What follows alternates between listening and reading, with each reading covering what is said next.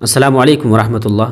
ناظرین کرام، یہ سوال بھی رمضان المبارک میں بہت زیادہ پوچھا جاتا ہے کہ اگر کسی کے اوپر رات میں غسل واجب ہوا، وہ غسل چاہے کسی بھی طریقے سے واجب ہوا ہو، چاہے احتلام کے ذریعے واجب ہوا ہو یا بیوی سے ہم بستری کرنے کی وجہ سے واجب ہوا ہو، لیکن جب صبح بیدار ہوئے تو سحری کا وقت بہت کم بچا ہوا تھا، تو اب اگر غسل کرتے ہیں تو سحری کا وقت ختم ہو جاتا ہے، تو کیا بغیر غسل کیے ہوئے سحری کھا سکتے ہیں؟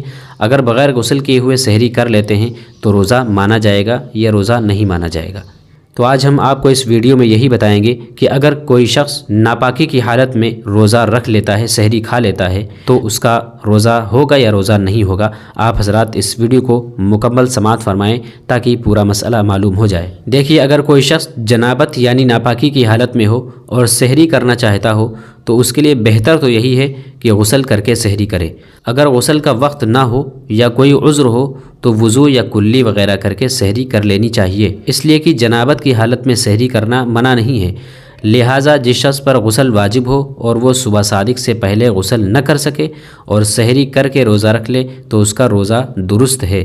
ناپاک ہونے کی وجہ سے روزے پر کوئی فرق نہیں پڑے گا۔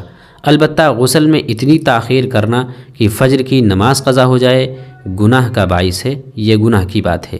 لہٰذا کوشش یہ کرنی چاہیے کہ نماز سے پہلے غسل کر لے۔